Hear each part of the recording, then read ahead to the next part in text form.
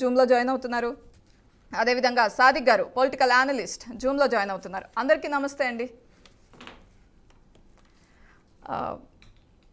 సతీష్ మాదిక్ గారు, తెలంగాణ రాజకీయాలు చూస్తుంటే ఖచ్చితంగా ఇది బీఆర్ఎస్ వర్సెస్ కాంగ్రెస్ అన్నట్లుగా ఉంది. ఒక యుద్ధ వాతావరణం తలపించేలా ప్రతి ఇన్సిడెంట్, ప్రతిరోజు జరిగే ఇన్సిడెంట్స్ చూస్తూ ఉంటే అంటే దీన్ని ఏ విధంగా తీసుకోవచ్చు?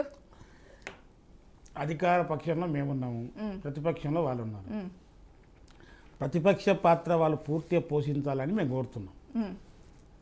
ప్రతిపక్ష పాత్రను వాళ్ళు పూర్తిగా కూడా పోషించాలి. దాంట్లో ప్రతిపక్ష నాయకుడైన మాజీ ముఖ్యమంత్రి కల్వకుంట్ల చంద్రశేఖరరావు గారు ఆ యొక్క ప్రతిపక్ష నాయకుడిగా ఆయనను ఆ యొక్క పార్టీ టీఆర్ఎస్ ఎల్పీ పార్టీ నిర్ణయించుకుంది కనుక మేము ఇంతమంది ఉన్నాం, మేమే మిమ్మల్ని క్వశ్చన్ చేయడానికి చాలు, కేసీఆర్ గారు రావక్కర్లేదు అంటూ ముఖ్య నాయకులు మాట్లాడుతున్నారు కదా. అటువంటిప్పుడు వాళ్ళు వేరే టైం పెట్టాలి. అలా ఇప్పుడు ఆ స్థానాన్ని ఖాళీగా పెట్టొద్దు కదా. ఎందుకంటే ముఖ్యమంత్రి తర్వాత అంత హోదా కలిగిన సీట్ అది.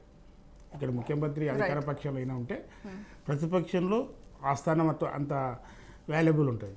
అదే సమయంలో ఆ సీటుకి ఎంత విలువ ఉంటుందంటే ముఖ్యమంత్రి గారే కానీ లేకపోతే మంత్రులు ఎవరే కానీ మాట్లాడుతున్నప్పుడు ఆబ్జెక్షన్ ఏమైనా కానీ ఉంటే ప్రతిపక్ష నాయకుడు మధ్యలో లేచి కూడా మైకి తీసుకొని మాట్లాడే పవర్ ఉంటుంది. అదొకటి.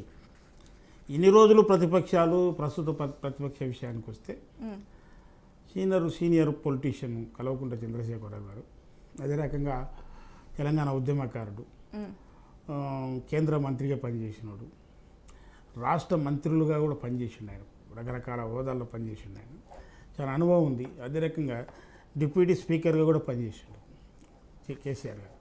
అంత అనుభవం కలిగిన ఆయన అదే రకంగా తెలంగాణ ఉద్యమాన్ని నడిపి తెలంగాణ రాష్ట్రాన్ని తెచ్చినానని చెప్పేసి అని చెప్పుకునే నాయకుడు, తెలంగాణ రాష్ట్రాన్ని ఏ రకంగా అభివృద్ధి పరచాలని చెప్పేసి అని 10 సంవత్సరాలు ముఖ్యమంత్రిగా ఉండి తండ్రాడలేదో ఆ నాయకుడిగా ఆయన ప్రతిపక్ష సీట్లో కూర్చోవాలనేది మా కోరిక.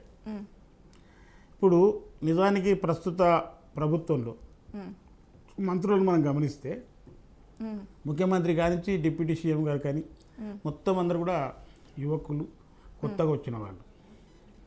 అదే రకంగా పాతోళ్ళు మన తుమ్మల నాగేశ్వరరావు గారు వాళ్ళే ఉన్నారు, సీనియర్ అనుకుంటే కేసీఆర్ సమకాలీకుడు కనుక తన అనుభవాన్ని రంగరించి ప్రభుత్వం ఇట్లా నడుస్తుంటే ఇట్లా కాదు, పలానా దగ్గర ఇట్లా తప్పు ఉంది, దీంట్లో సమరించండి, ఈ రకంగా చేయండి అని సూచనలే. కానీ ఇంకోటి అధికార పక్షం ఒంటెద్దుగా పోతున్నా కూడా నిలువరించి ప్రతిపక్షం అనేది ప్రజల పక్షంగా నిలబడుతూ అధికార పక్షానికి చేదోడువాడ అందిస్తూ, సలహాలు అందిస్తూ, సూచనలు అందిస్తూ. ఎందుకొరకంటే మనం తెలంగాణ రాష్ట్రాన్ని ఉద్యమం ద్వారా తెచ్చుకున్న వాళ్ళం. మనం 10 సంవత్సరాలు అయింది.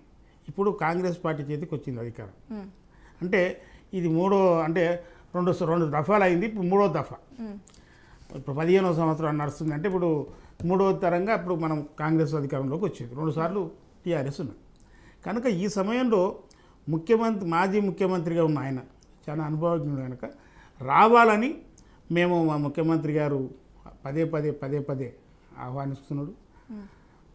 లేకపోతే రాలేము, ఇబ్బంది అవుతుంది అనుకుంటే అలా పిల్లలు ఉన్నారు కదా, హరీష్ రావే కానీ కేటీఆర్ గారే కానీ వాళ్ళు కూడా మాజీ మంత్రులుగా ఉన్నారు. వాళ్ళు మరీ ఈ గవర్నమెంట్ పనులు చేస్తుంటే కాలసాధన కట్టబెట్టి అసలు కాదు. మీరు సతీష్ మాదిక్ గారు ప్రశ్నించాలి, తప్పులు ఏమన్నా ఉంటే అడగాలి అంటున్నారు. మరి ప్రశ్నిస్తున్న వాళ్ళని ఇట్లా చేస్తే కరెక్ట్ కదా? అంటే ప్రశ్నలు కూడా మీకు తగ్గట్టుగానే అడగాల, ఎట్లా అది?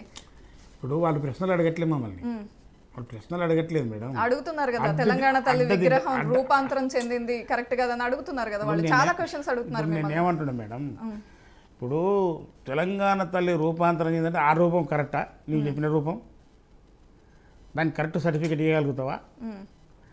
ఇప్పుడు మేము ఆల్రెడీగా అది పూర్వపు నుంచి ఉన్న విగ్రహం, అది తెలంగాణ తల్లి విగ్రహం.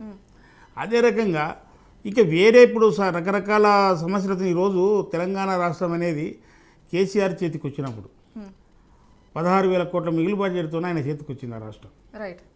ఇప్పుడు 7.5 లక్షల కోట్లతో అప్పు చేసి కాంగ్రెస్ పార్టీకి అప్పచెప్పాడు ఆయన.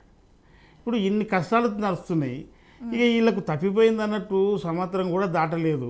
3 నెలలు గవర్నమెంట్ వచ్చిన తర్వాత 3 నెలలు పార్లమెంట్ ఎన్నికలకే బాగా, మిగతా 5-6 నెలలు ఉంటే పాలన గాడిలో పెట్టి ప్రయాణం చేయాలని సాగుతున్న సమయంలో ఇప్పుడు నెలకు 12,000 కోట్ల రూపాయలు బడ్జెట్ వస్తే, రాష్ట్ర బడ్జెట్ వస్తే దాంట్లో 12,000 కోట్ల రూపాయల్లో 6,500 కోట్ల రూపాయలు జీతభత్యాలకు పోతే మిగతా 6,800 కోట్ల రూపాయలు వడ్డీలకే పోవట్టే.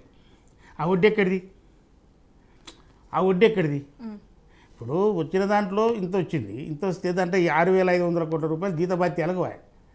ఇక మిగిలిన 6,800 కోట్ల రూపాయలు వడ్డీలకే పోయి. వడ్డీలు ఎక్కడివి? కరెక్టే సతీష్ అంటే ఇంత కష్టసార సాధ్యంలో గవర్నమెంట్ నడుస్తుంటే మీరు హామీలు ఇచ్చారు కదా, మేడం ఇక్కడ వినండి, బడ్జెట్స్ ఇప్పుడు ఒకటి వినండి మేడం. సరే హామీలకి ఏంటి మేడం, మస్తు ఇస్తాం హామీలు, దానికి తగ్గట్టు అంటే మీకు మీరే మేము ఏమంటున్నాం, మేము దాన్ని కంప్లీట్ చేయకపోతే మాది పొరపాటు, 5 ఏళ్ళు అది కంప్లీట్ చేస్తాం మేము, సమస్య లేదు. మేము ఇచ్చింది దాన్ని ఖచ్చితంగా నిధులు లేకున్నా నిధులు సమకూర్చి నిధులు వచ్చేటట్టుగా అభివృద్ధి చేసి వాటిని ఖచ్చితంగా మేము నెరవేరుస్తాం. అందులో తప్పు ఇంకాడి చేసే ముచ్చటనే లేదు. కాకపోతే వీళ్ళు ఇన్ని తెలిసి కూడా ఇప్పుడు ఏమంటారు చూడండి, పిల్లల వ్యవహారం లేకున్నది ఇది మొత్తం వీళ్ళిద్దరిని వదిలిపెట్టేసి